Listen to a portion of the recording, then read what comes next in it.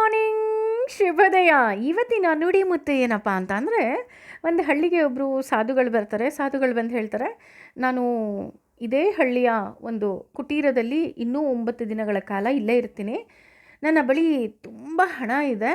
ಈ ಹಣವನ್ನು ನಾನು ಯಾರಾದ್ರು ಸೇವಾಕರ್ತರಿಗೆ ಕೊಡಬೇಕು. ಅಂದರೆ ಯಾರು ಸಮಾಜದ ಸೇವೆಯನ್ನು ಮಾಡ್ತಾರೆ, ನಿಸ್ವಾರ್ಥವಾಗಿ ಅವರಿಗೆ ಕೊಡಬೇಕು ಅಂತ ಅಂದ್ಕೊಂಡಿದ್ದೀನಿ.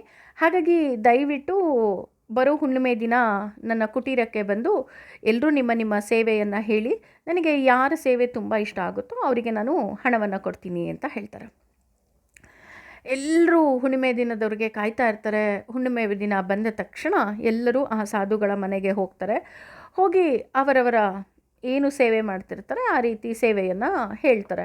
ನಾನು ಹುಟ್ಟಿದಬ್ಬವನ್ನು ಅನಾಥಾಶ್ರಮದಲ್ಲಿ ಮಾಡ್ಕೊಳ್ತೀನಿ, ನಾನು ರಕ್ತದಾನ ಮಾಡ್ತೀನಿ, ನಾನು ಬಡವರಿಗೆ ಸಹಾಯ ಮಾಡ್ತೀನಿ, ಹಲವಾರು ರೀತಿಯಾದಂತಹ ಅವರವರು ಮಾಡೋ ಸೇವೆಯನ್ನು ಹೇಳ್ತಾರೆ. ಸಾಧುಗಳಿಗೆ ಇವರೆಲ್ಲ ಮಾಡ್ತಾ ಇರೋದು ಸೇವೆ ಸರಿ ಅನಿಸಿದ್ರು ಸಹ ಇವ್ರು ಯಾರಿಗೂ ದುಡ್ಡು ಕೊಡಬೇಕು ಅಂತ ಅನಿಸೋದೇ ಇಲ್ಲ. ಅವರು ನಾನು ಸ್ವಲ್ಪ ಯೋಚನೆ ಮಾಡಿ ಹೇಳ್ತೀನಿ ಅಂತ ಕಳಿಸ್ತಾರೆ. ಎಲ್ಲರೂ ಹೋದ ಮೇಲೆ ಕತ್ಲಾಗತ್ತೆ. ಒಬ್ಬ ಓಡಿ ಬರ್ತಾನೆ. ಓಡಿ ಬಂದು, ಸಾಧುಗಳೇ, ನಾನು ಸಹ ಪಕ್ಕದೂರಿನವನು, ಇವತ್ತು ನೀವು ಯಾರ್ಯಾರು ಏನೇನು ಸಹಾಯ ಮಾಡ್ತೀರಾ ಅಂತ ಕೇಳಿದ್ರಲ್ಲ, ಅದಕ್ಕೋಸ್ಕರ ನಾನು ಬಂದೆ ಅಂತ ಹೇಳ್ತಾರಂತೆ. ಸಾಧುಗಳು ಹೇಳ್ತಾರಂತೆ, ಹಾಗಿದ್ರೆ ನೀನು ಬೇಗ ಬರಬೇಕಿತ್ತಲ್ವ, ಯಾಕೆ ಇಷ್ಟು ಲೇಟ್ ಆಯಿತು? ನಿಮಗೂ ಗೊತ್ತು ನಾನು ಪಕ್ಕದ ಊರಿನವನು, ಆದರೆ ನಾನು ಇಲ್ಲಿಗೆ ಬೆಳಗ್ಗೆನೇ ಬಂದೆ.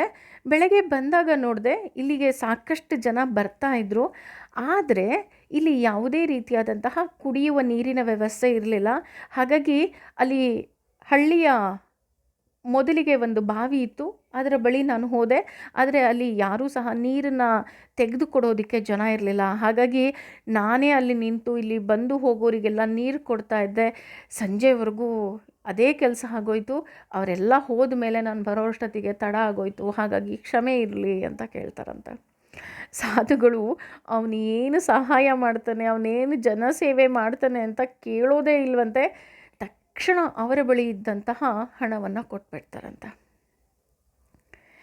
ಯಾಕೆ ಈ ಮಾತನ್ನು ಹೇಳ್ತಾ ಇದ್ದೀನಿ ಅಂತ ಅಂದರೆ, ನಾವು ಜನರಿಗೆ ಸಹಾಯ ಮಾಡಬೇಕು ಅಂದರೆ ನಮ್ಮ ಹತ್ರ ಲಕ್ಷಾಂತರ ರೂಪಾಯಿ ದುಡ್ಡಿರಬೇಕು, ಅಥವಾ ಸಮಯ ಇರಬೇಕು, ಅಧಿಕಾರ ಇರಬೇಕು, ಅಂತಸ್ತಿರಬೇಕು, ಆಗ ಮಾತ್ರ ನಾವು ಜನಸೇವೆಯನ್ನು ಮಾಡೋದಕ್ಕೆ ಸಾಧ್ಯ ಅಂತ ನಾವು ಅಂದ್ಕೊಂಡ್ಬಿಟ್ಟಿರ್ತೀವಿ. ಖಂಡಿತ ಇಲ್ಲ. ಬೇಸಿಗೆಯಲ್ಲಿ ಒಬ್ಬರಿಗೆ ನೀರು ಕೊಡೋದು ಸಹ ಅಷ್ಟೇ ಪುಣ್ಯದ ಕೆಲಸ. ಆದರೆ ಈಗಿನ ಕಾಲದಲ್ಲಿ ಯಾವುದೇ ರೀತಿಯಾದಂತಹ ಬಾವಿನೂ ಇಲ್ಲ, ಅಥವಾ ನಾವು ಆ ರೀತಿ ಕೊಡೋದಕ್ಕೆ ಹೋಗೋ ಅವಶ್ಯಕತೆಯೂ ಇಲ್ಲ ಅಲ್ವಾ? ಆದರೆ ನಾವೆಲ್ಲರೂ ಸಹ ಒಂದು ಸಹಾಯವನ್ನು ಮಾಡ್ಬೋದು. ಅದೇನಪ್ಪ ಅಂತ ಅಂದರೆ, ನಮ್ಮೆಲ್ರಿಗೂ ಗೊತ್ತು, ರಥಸಪ್ತಮಿಯಾದ ಮಾರನೇ ದಿನದಿಂದಲೇ ಬಿರು ಬೇಸಿಗೆ ಶುರು ಆಗತ್ತೆ. ಯಾಕೆ ಅಂತ ಅಂದರೆ, ಸೂರ್ಯ ಹೊಸ ರಥವನ್ನು ಏರಿ ಅವನ ಪರ್ಯಟನೆಯನ್ನು ಮಾಡ್ತಾ ಇರ್ತಾನೆ.